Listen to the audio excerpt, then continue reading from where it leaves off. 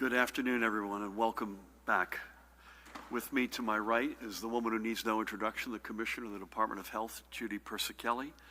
To her right, another familiar face, the state's epidemiologist, Dr. Christina Tan. Great to have you both here.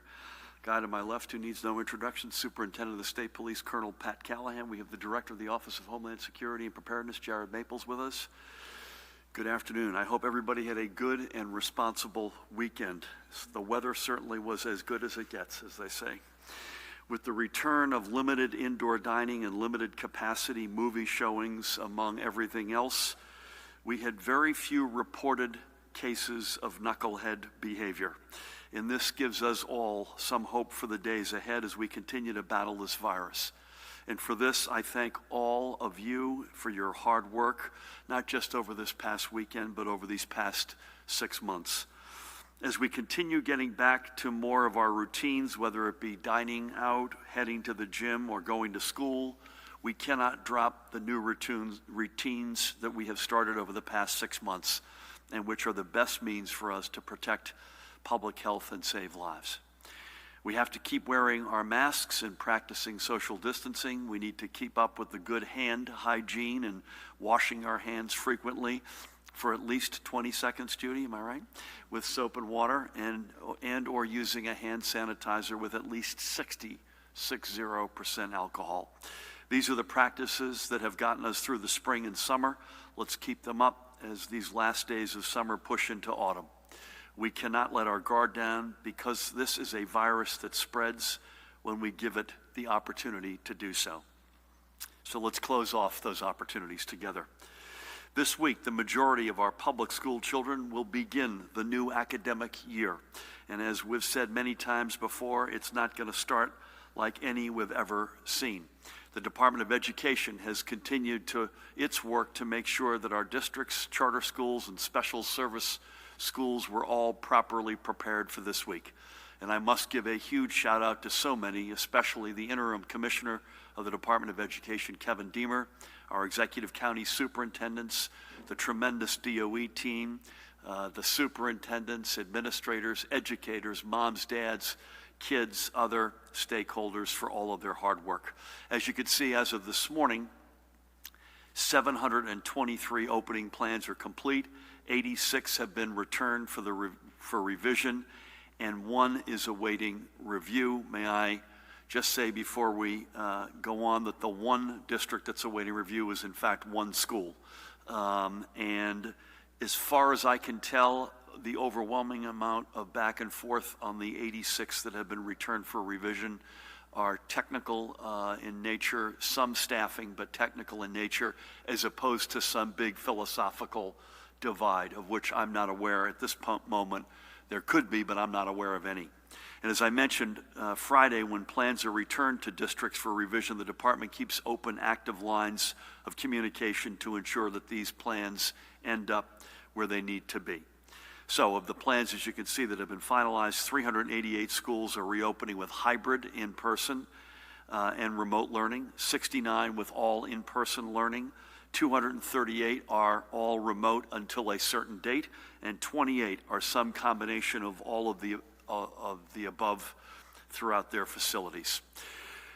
We have all of the public health protocols and procedures in place to safeguard our children, our educators and staff and their families. And again, when there is a case of coronavirus that arises in one of our schools, and folks, there will be, we have the procedures in place to guide district leaders and local health officials to mitigate that.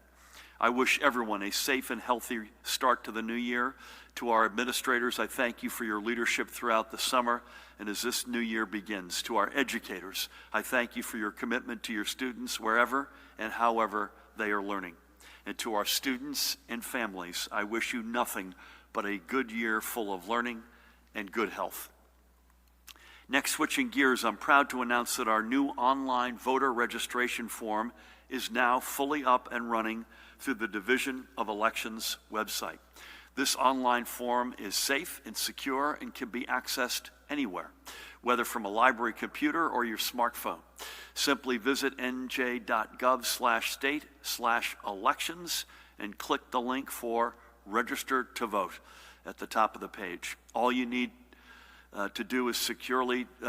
all you need to securely register to vote is your driver's license number or non-driver identification number or your Social Security number. During the soft launch period over the past week, nearly 13,000 voters safely registered online. And the voter registration deadline, just to remind everybody, is Tuesday, October 13th. From the Division of Elections page, you can also access and confirm your current voter registration information. And once your ballot is sent to you later this month, you'll also be able to set up a secure account to track when it is received by your county clerk. Again, that page is nj.gov/state/elections. And that last point I made, we probably don't make enough, Mahan, and I think we should land on this at some point in the next week or so as folks begin to focus more intently on the elections. And again, I want to repeat what I just said. And once your ballot is sent to you later this month, you'll also be able to set up a secure account to track when it is received by your county clerk, because that's a question we get all the time. How do I know my vote gets there? How do I know my ballot gets there? How do I know it'll be counted? Turns out you can know that. So let's switch gears. Next up is the list of states from which travelers to New Jersey are being advised to observe a 14-day self-quarantine period, and that list has been updated. Delaware, Maryland, Ohio, and West Virginia have been added to the list. Puerto Rico and Virgin Islands have been removed. There are now 35 states and territories that have over a 7-day rolling average, Judy, either more than 10 new cases of coronavirus per 100,000 residents or a daily positivity greater than 10%. So visit, it's in the fine print at the bottom, covid19.nj.gov/travel for the complete list of states and to learn whether you should be self-quarantining. If you are arriving from one of these states, use your smartphone to fill out the Department of Health's travel survey, which is available through the same page. We continue to ask everyone to practice self-responsibility and good citizenship by complying with our travel advisories, and this goes equally whether you are a visitor to New Jersey or a New Jersey resident returning back home to New Jersey. With that, if we may, Judy, let's look at the overnight numbers. Today we're reporting an additional 284 positive test results for a cumulative total of 194,667.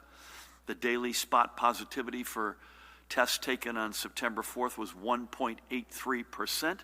That's a good thing, meaning that over 98% of the folks who got tested on that day came back negative.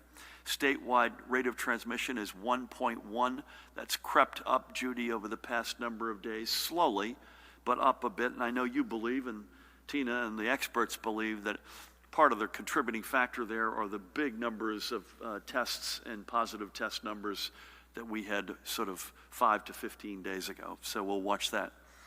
In our hospitals as of last night, there were 227 COVID positive patients being treated, another 192 persons under investigation awaiting their test results, total tally of 419. Of these, 82 were in intensive care, 33 ventilators were in use, and today, with a heavy heart, we are reporting an additional 5 deaths that have been confirmed to be from COVID-19 related complications, bringing the statewide total to 14,213 confirmed deaths. Having said that, Judy, you made the point on our call earlier, all 5 of these deaths occurred at least, or more than, at least 2 months ago. These are from what feels probably like a lifetime ago. Sadly, they are all past, and that's the most important thing. The number of probable deaths remains at 1,783. At the risk of comparing apples to oranges, as we do now every day in our hospitals yesterday, there were 5 reported deaths. Again, they are not part of these lab-confirmed numbers that we're showing you on the screen. That's to give you an up-to-the-minute spot sense. If we can, let's take a few minutes, as we do every day, to remember a few of the blessed souls we have lost from our great New Jersey family. We begin today by remembering Robert Bob Moyer of Riverdale. Bob was 91 years old. He was born and raised in New Rochelle, New York, where Mahan will be married. Joined the Marines after high school and served in World War II, earning, among other decorations, the National Defense Service Medal. and the Good Conduct Medal, and eventually attaining the rank of corporal. Even after his discharge from the Marines, he wasn't done serving, and promptly Pat enlisted in the United States Air Force and earned the rank of Staff Sergeant. With his military days over, he returned home to begin a second career in logistics, working for American Cyanamid in New York City. He married and had 2 children, and even though that marriage eventually ended in divorce, he remained on good terms with his ex-wife and continued to be a good father to their children. He moved to Riverdale in 1983 with the woman he called his life, Blanche, and retired from American Cyanamid 3 years later. That gave Bob and see the world. And back home, it meant more time in his workshop as he was an accomplished woodworker. He leaves Blanche and his daughter, Kate, who lives in Rhode Island and with whom I had the great honor of speaking at the end of the week. Sadly, his son, Bobby, passed away nearly 2 years ago. He also leaves 4 grandchildren, 5 great-grandchildren, and numerous nieces and nephews. He's also survived by Blanche's sons, Greg, Tim, and Jeff, and their families. We thank Bob for his years of service to our nation. May God bless and watch over him and his family. Next, we recall Joan Cargill. Joan was 81 years old. Joan looks like she could have been a Hollywood star there, right? Joan was born and raised in Jersey City and a graduate of St. Anthony's High School there. For many years, Joan was an executive secretary with Equitable Life Insurance in New York City, and then a secretary for the Union County Probation Department in Elizabeth, commuting to each from home in Roselle, which she kept for more than 50 years before moving in with one of her sons in South Plainfield, and eventually to her final residence in nearby Somerset. Joan was a devoted member and communicant of St. Joseph's Roman Catholic Church in Roselle, and a lover of, in order, art, music, and animals. She leaves behind her 2 sons, Brian, and I had the great honor of speaking with Brian at the end of the week. He's a retired policeman, Pat, 30 years on the service in Roselle, and Brian's wife, Mary, and her son, Thomas, along with her 3 grandchildren, Alexis, Sarah, and Thomas, and she's also survived by her brother, William. We offer our condolences to each of them, and we honor Joan's memory and legacy. May God bless her. And finally today, we celebrate the life of 95-year-old Gisela Rappel. She lived in Aberdeen and was known by many simply as Ella. Ella was born, raised, and educated in the Bronx and met the love of her life, Nat, when they were both high school students. They married in December of 1944, a marriage that would last for 49 years before Nat's passing. After a stint on Long Island, Nat and Ella settled in Aberdeen in 1962, and Ella never left. She worked as a legal secretary for various attorneys, but her true legacy was in her community involvement. As the den mother for her son's scout troops, as a 25-year volunteer for Meals on Wheels, and for the many donations she made to numerous local organizations, everyone knew they could count on Ella. Ella was also a talented writer who authored any number of short stories, but her favorite pastime was simply being with her beloved family and friends. She leaves so many behind. Ella is survived by her daughter Sherry and son-in-law Barry, 4 grandchildren, Christopher, Natalia, Adriana, and Nicole. And I had the great honor of speaking with Nicole at the end of the week, and she's survived by great-grandchildren, Grace and Milo.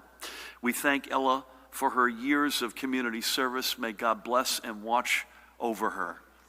And as we come out of the long Labor Day weekend and begin to get back to work and back to school, let's remember how many of our fellow New Jerseyans have paid the ultimate price to this virus. So Bob, bless you, Bob and Joan and Ella could easily be any one of our parents or grandparents.